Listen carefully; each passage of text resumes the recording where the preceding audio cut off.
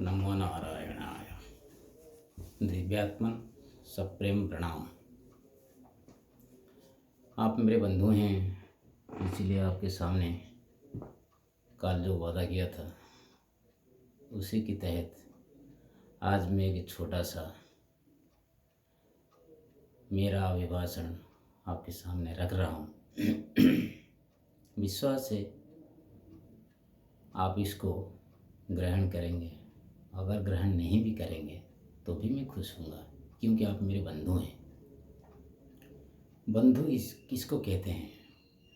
बंधु वो नहीं है जो फ्रेंड है। अंग्रेजी का डेफिनेशन संस्कृत से कितना अलग है आप समझ लीजिए। एक फ्रेंड बनता है बिगड़ने के लिए, लेकिन एक बंधु बनता नहीं है, बनाया जाता है, और बिगड़ने के लिए नहीं, जन्म जन्मांतर के लिए, रहने के लिए। बंधु का अर्थ समझिए। बंधनात् त्रायते इति बंधु। बंधन से जब हमको मुक्ति दिलाने के लिए कोई आता है तो वही बंधु कहलाते हैं। इसीलिए तो भगवान को, जगन्नाथ को हम बंधु कहते हैं, क्योंकि हमेशा वो बंधुत्व निभाते हैं, तोड़ते नहीं। और बंधु का ये भी लक्षण होता है, हमेशा वो सीधे बोलते हैं। बंधु का कोई बुराई है तो मुंह से बोलते हैं और सीधे बोलते हैं, पीछे पिछवाड़े में कुछ नहीं बोलते हैं। लेकिन आजकल का ऐसा ज़माना आ गया जो बंधु की मुंह में तो बहुत अच्छी बात बोला जाता है, लेकिन पीछे में इतना निंदा किया जाता है। इसीलिए तो नरक को हम चले जाते हैं। बंधु को निंदा करना नरकवास है, लेकिन बंधु को सही दिशा दिखाना स्वर्गवास है। अगर मैं शराबी हूँ तो आप मुझे शराबी कहिए और मैं सुधर जाऊँगा, और सुधरने की रास्ता भी उन्मुक्त हो जाएगा। लेकिन आप अगर मुझे शराबी नहीं कहेंगे, प्रशंसा करेंगे, और जब मैं वहाँ से चला जाऊँ, मेरे पीछे कोई और दूसरे बंधु को ये शराबी है, ये जुआड़ी है, ये लंपट है, ऐसा कहेंगे, ये बंधुत्व की निशानी नहीं है। ये चोर, तस्कर या तो पतित जन का निशानी होते हैं। आप सुदामा की बात ले लीजिए, आप उद्धव की बात ले लीजिए, आप पूरे गोप बालकों की बात ले लीजिए, कृष्ण और उनके रिश्ते की आप लिहाजा कीजिए। इसीलिए तो कहा गया है कि तुम्हें यदि बंधु मोबंधु नहीं हो, मोबंधु तेवे हुई होगी। ईश्वर को ऐसा कहा गया है। इसलिए बंधु, बंधन से मुक्त करने के लिए बंधुत्व करो। कोई स्वार्थ या कोई द्वेष भाव रखकर नहीं, unconditional and without any pre condition. So बंधुत्व एक बहुत बड़ी बात होता है, और ये वाला ज्ञान हमें सिर्फ विद्या से मिलता है। तो फिर विद्या क्या है? सा विद्या या विमुक्त है। जब मैं हिमालय में पहले गया तो हमें पढ़ाया गया सत्य, त्रेता, द्वापर, कली, धर्म, अर्थ, काम, मोक्ष, अकार, उकार, मोकार, ओमकार। चारों का रिलेशन देखिए, चारों का युग के अनुसार। नरसिंह, राम, कृष्ण और कल्कि। साम, दान, दंड और वेद। ऋग, जजु, साम और अथर्व। पूर्व, पश्चिम, उत्तर और दक्षिण। शांति, प्रीति, भक्ति और मुक्ति। अगर ऐसे ही मैं कहना शुरू करूं तो ये दिन दिन दिन दिन ऐसा ही चलता जाएगा। मैं एक छोटा सा एग्जाम्पल देता हूँ। सत्य युग में नरसिंह अवतार में हिरण्यकशिपु को दमन करने के लिए पूर्व की ओर दिशा की मुंह करके दंड नीति से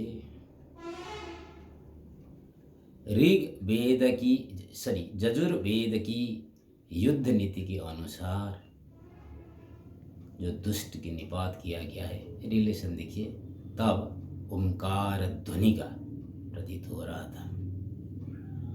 सब चारों का रिलेशन है। सत्ययुग में बद्रीनाथ धाम है, त्रेतया में रामनाथ है, द्वापर में द्वारिकानाथ है, कली में जगन्नाथ धाम है। संस्थापन किया गया है धाम पूर्व पश्चिम उत्तर दक्षिण, ऋग यजु साम अथर्व वेद। हर आश्रम का अलग अलग वेद होता है। इसे विद्या कहते हैं, जो हम सिर्फ किताबों में, इस तरह की किताबों में पढ़कर ज्ञान अर्जन हो, ये विद्या नहीं है।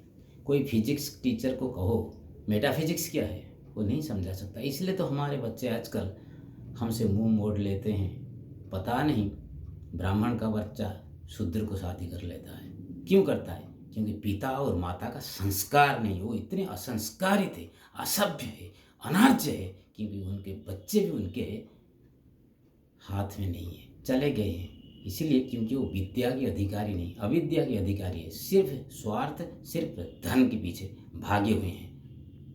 संपर्क उन्होंने नहीं देखे हैं। पिता पुत्र की संपर्क क्या है? पुत्र नामक नरक से जो मुक्ति दिलाता है वो है पुत्र। पतनात् त्रायते इति पत्नी। So friends, today I am discussing with you कि हिमालय में जब हमें पढ़ाया जाता था ऋग यजु साम अथर्व, आयुर्वेद, धनुर्वेद, गांधर्व वेद, अर्थवेद, अष्टादश पुराण, उपपुराण, शिक्षा, कल्प, व्याकरण, निरुक्ति, छंद, ज्योतिष, षड्दर्शन, न्याय, सांख्य, वैशेषिक, पूर्व मीमांसा, उत्तर मीमांसा और वेदांत, इतिहास यानी कि रामायण महाभारत, उपपुराण, पुराण, ये सब हम पढ़ रहे थे। भगवद गीता, उपनिषद और ब्रह्मसूत्र, इसको प्रस्थान त्रय कहते हैं, वो भी। ये सब पढ़ने के बाद गुरुदेव हमें 4 विद्या का विशेष रूप से शिक्षा दिए, और वो थे धर्म, अर्थ, काम, मोक्ष। सत्य युग में मोक्ष, त्रेतया में धर्म, द्वापर में काम और कलयुग में अर्थ। जब हमको ये सब पढ़ाया गया, धर्मशास्त्र ने जैमिनी ने लिखा, मोक्ष शास्त्र ने बादरायण ने लिखा, काम शास्त्र ने वात्स्यायन ऋषि ने लिखा, और अर्थशास्त्र ने कौटिल्य ने लिखा।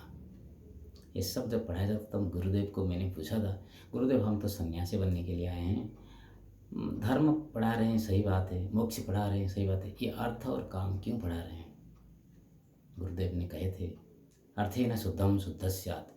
अर्थ की इसीलिए मैं पढ़ा रहा हूँ अर्थ की शास्त्र, ताकि आप अर्थ की शुद्धता बनो, और काम शास्त्र इसीलिए मैं पढ़ा रहा हूँ ताकि आप काम से दूर रहो। ये क्या है समझो। हिमालय में कई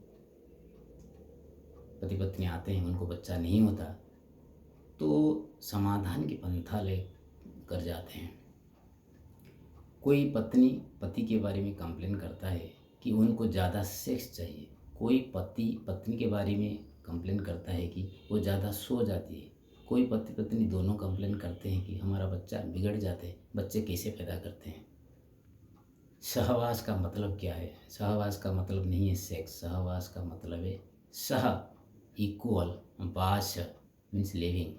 When both husband and wife they have equipoised mind for a better production, putrarthi kriyate bharya, not for sex but for a proper creation that you don't know. पूर्णिमा में स्त्री के साथ संबंध क्या है, अमावस्या में क्या है, द्वितीया में क्या है, दिन में क्या है, रात में क्या है, रात को पहले प्रहर में क्या है, रात को आखिरी प्रहर में क्या है। अगर कोई मुझे पूछता है ये ज्ञान, मैं आपको एक छोटा सा एग्जाम्पल देता हूँ। जब शंकराचार्य की तर्क हुआ था मंडन मिश्र के साथ, तो मंडन मिश्र की पत्नी उनको काम शास्त्र पूछा और शंकराचार्य को पता नहीं था। तब शंकराचार्य ने कहा, अरे मैं तो बहुत गलती कर दिया, ये एक ज्ञान है जिस मुझको पता नहीं।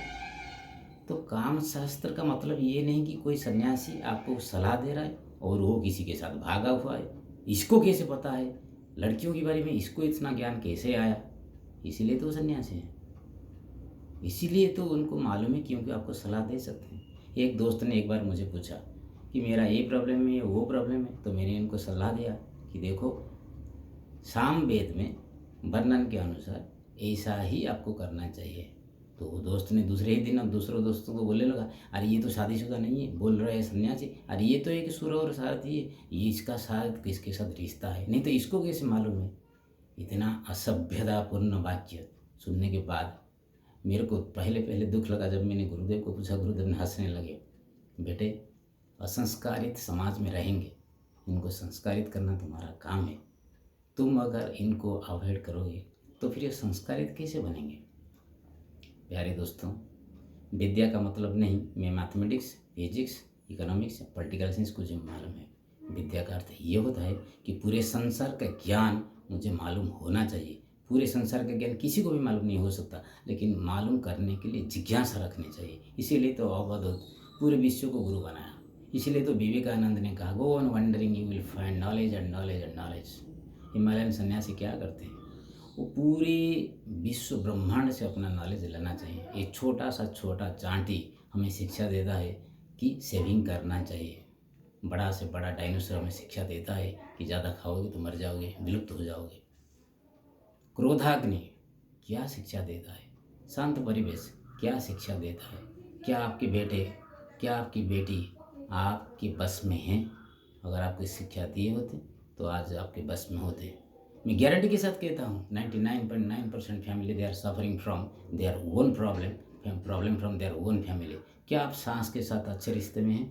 क्या आप ससुर के साथ अच्छे रिश्ते में हैं? क्या आपके बेटे बेटी आपकी बात मान रहे हैं? नहीं मान रहे हैं, मैं गारंटी के साथ बोल रहा हूँ। क्योंकि विद्या का इतना अभाव है हमारे संसार में। तो अगर इस विद्या की कोई ज्ञान दे और आप कहें कि ये तो शादीशुदा नहीं है, इसको शादी के बारे में कैसे पता, ये तो लड़की नहीं है, इसको लड़कियों के बारे में कैसे पता। अरे भाई, ये ज़रूर कुछ दूसरे रिश्ते में है। तो बंधु, आपको मैं इतना ही बोल सकता हूँ, विद्या का मतलब है पूरे विश्व ब्रह्मांड का ज्ञान आहरण करना। इसको समझने के लिए भी कुछ लोग चाहिए। अगर कोई समझ नहीं पा रहे और इसके सामने में विद्या रख दिया तो शायद मैं मूर्ख हूँ, नहीं कहना चाहिए था। क्योंकि अपात्रेण दान महापापमिति सिद्धम। इसलिए बंधु, आज का आपके साथ मेरा रिश्ता इतना। फिर आगे अगर ईश्वर ने चाहा तो हमारा ऐसा मुलाकात होते रहेंगे। नमो नारायण।